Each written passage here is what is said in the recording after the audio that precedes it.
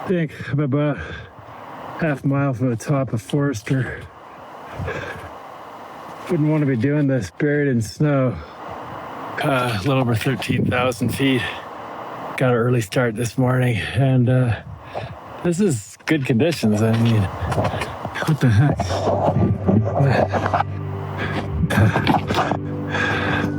Almost there. The Pacific Crest Trail stretches from the border of Mexico to Canada, over 2,600 miles.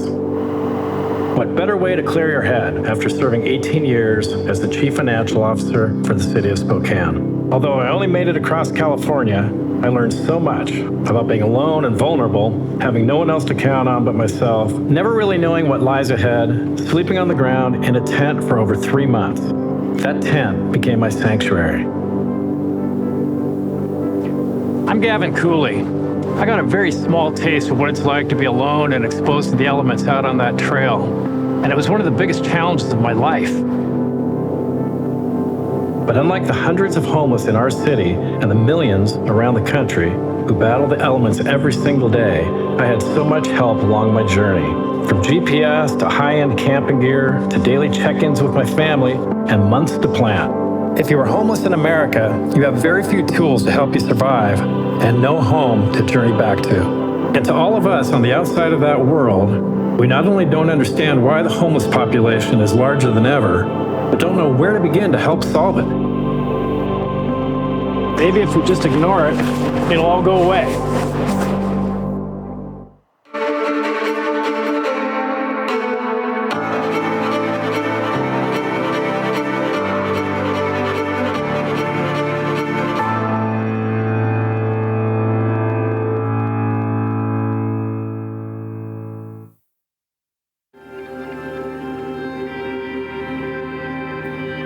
I love my hometown.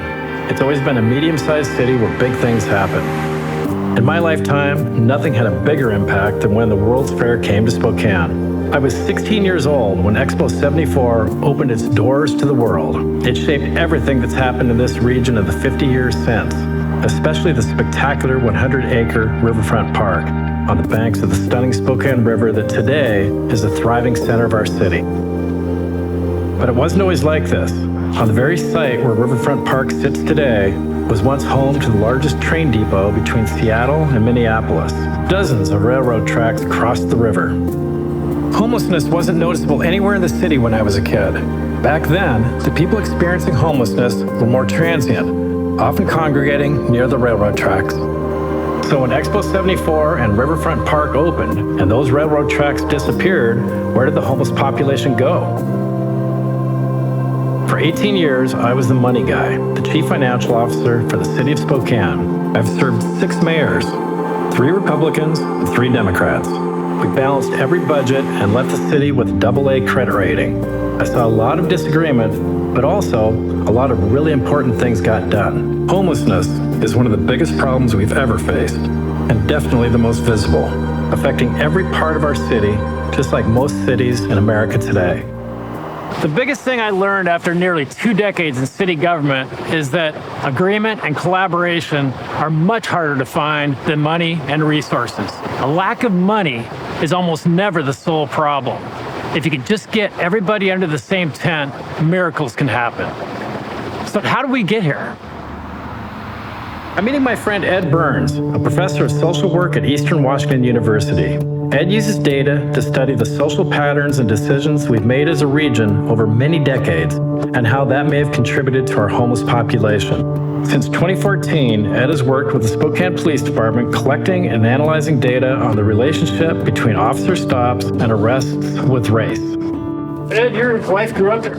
Yeah, she grew up in this neighborhood. Here. And it was a different place back then. There's a manufacturing and aluminum processing Kaiser plant. Aluminum, yeah. Kaiser Aluminum. And when that left, it really left a huge gap in this neighborhood. I mean, it left a gap in the whole city, but this neighborhood. This neighborhood was hit especially hard because this is where people that work there lived. Right. If you say donut in Spokane, the word parade isn't far behind. Opened for business in 1968, the Donut Parade's maple bars have been a staple of Northeast Spokaneites for decades. This amazing place was here when Kaiser was a fully operating aluminum plant, offering plenty of good-paying jobs, benefits, and even a pension, all with a high school education. Save your pennies, and you could send your kids to college and even have enough for a summer cabin at one of the 76 lakes within an hour's drive. You didn't grow up here. No, I grew up in the Bronx. Yeah. A different place. Yes. Yeah, I grew up in the Bronx. I grew up on a housing project, Marble Hill projects. The apartment buildings were 15 stories high, and there were 9 of them in the project I lived in. So I'm really glad that I grew up there, actually, because I learned, first of all, there's a lot of different kind of people, different groups of people. So when you came here, at some point, you met your wife, who actually grew up around here. Yeah, my wife, in fact, we used to come to this place all the time, the Donut Parade. So we have that in common. There we go. And when she was growing up here, the Kaiser aluminum fabrication plant was still going on. But this neighborhood has gone through a lot of changes. And when she was going to Rogers High, somebody could graduate from Rogers, go work for Kaiser, and could afford a car, could afford a little house, could afford to have a family. What happened, was when Kaiser pulled out, like we were talking about earlier, it affected this neighborhood and hit it pretty hard, but it affected this whole city. Oh, it did. I remember.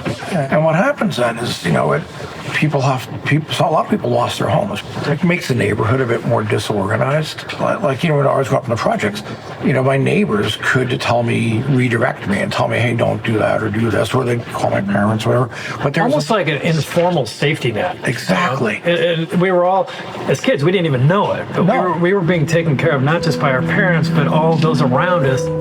The days of a close community of family and friends looking out for us when we struggle with a job loss, a car that breaks down, or a healthcare crisis are slowly becoming thinner and thinner, leading to desperate situations for more and more of our neighbors every day. The situation is made worse by the astronomical rise in the cost of housing. In just the past 3 years, the average price of a home in Spokane has increased an unimaginable 72%. In May of 2019, the median price of a home was $250,000. Today, it's $430,000. That makes it incredibly difficult for someone to buy a home in what used to be one of the most affordable housing markets in America. As Spokane housing prices have nearly doubled, Spokane's average wages only increased 14% during the same 3 years. Coming up with a down payment for a house becomes harder every day. For someone to come up with even 10%, ideally, first-time homebuyers need to come up with about 20%. FHA or VA go 10%. Right, but if they can't do that, then they've got to... You need 40,000. Yeah. Or if you're a second-time homebuyer, you're going to need 80. Right. That's a lot of money. Yeah.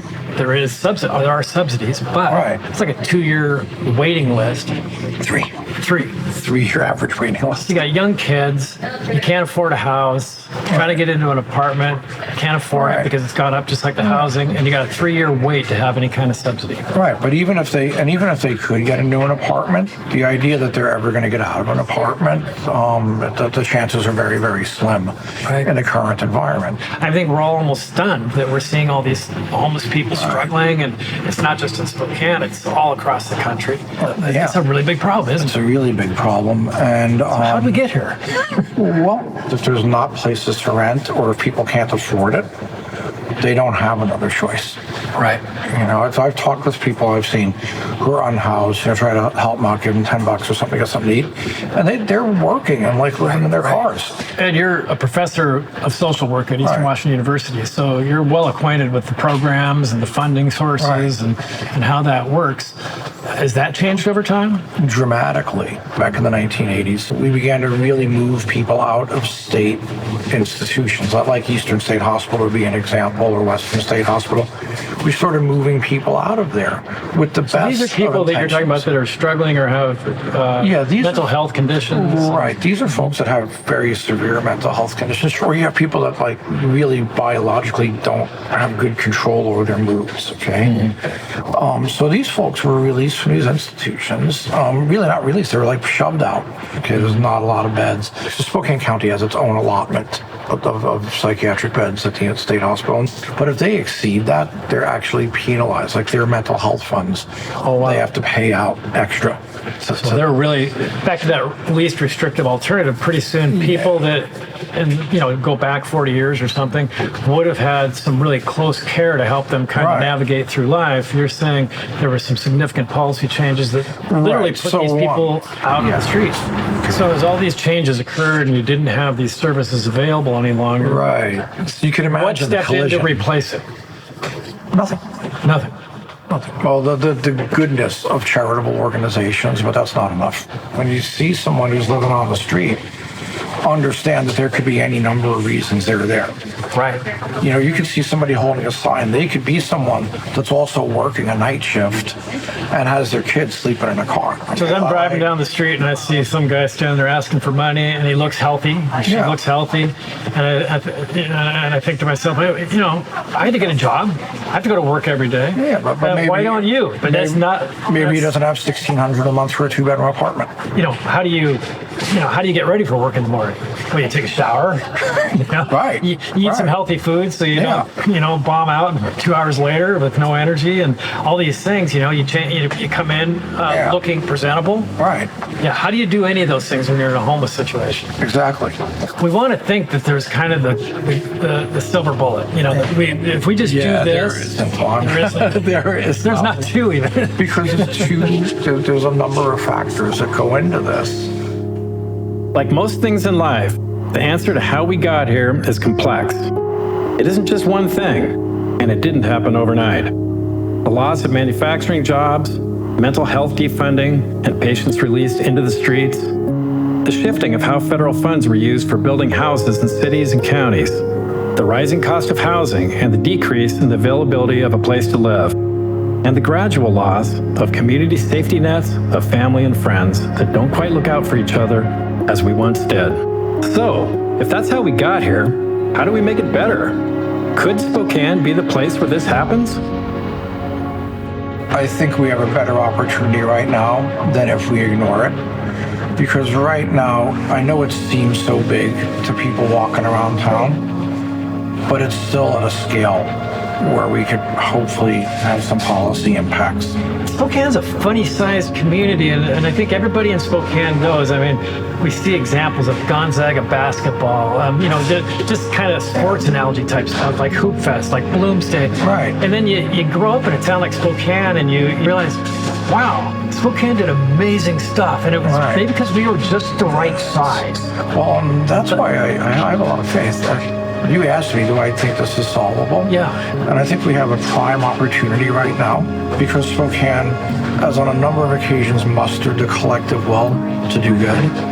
Where different groups of people who might not always hang out together are going to be working together. Yeah, sitting in a room, moving from triage to permanent solutions. Right. I think Spokane is just the right size community, and the time is right to deal with the biggest challenges we've faced in decades. This problem is bigger than one video can tell, and its story is changing every day. So we'll be telling it over many episodes over the next several months. We'll visit Camp Hope, the homeless encampment in Spokane that's grown to over 500 people in the last few months. And travel to Houston to find out how they've reduced their homeless population by 65% in the last 10 years. I'll talk to the key people that built the most successful plan to reduce homelessness of any major city in America. We'll hear from building developers here in Spokane about how the rising costs in housing and rent are intertwined with the lack of affordable housing in our region and the quest to find innovative ways to create housing for everyone. We'll discover how business is pulling together to find solutions, and law enforcement and behavioral health experts are working side by side on the front lines. Our hope is not just to show the problem, but introduce you to the people that are facing it every day and those trying to provide help to truly discover the solutions that we can gather around as a community and make happen. We've done big things in this community, from Expo 74 to Bloomsday to Hoop Fest. There's nothing we can't do if we all get under the same tent and band together. Next time on Housing and Health, we'll visit one of the fastest growing communities in Spokane. In just a few short months, Camp Hope has grown from 150 homeless people protesting in front of City Hall to a small village of over 500, confined to one city block on the edge of Interstate 90, just east of downtown Spokane. We'll meet Julie Garcia from Jules Helping Hands, whose nonprofit oversees this unique encampment of our neighbors that have somehow slipped through society's cracks. I know that I am not capable personally of solving homelessness. I hope that we can build bridges enough to get these folks their basic needs met. We live in a country that we waste more than we use. Why do we have people sleeping downtown? Why do we have people sleeping on the streets? And why did 162 people die outside in our city last year? Watch the entire interview from today's episode at housingandhelp.org.